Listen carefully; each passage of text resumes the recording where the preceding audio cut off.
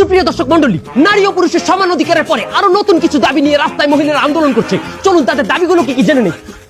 আপনারা কিসের দাবিতে এখানে আন্দোলন করছেন? আমাগো কামের অধিকার দিতে হইবে। আপনারা কি কাম করেন? আমরা অনলাইনে কাম করি, ইমোতে কাম করি।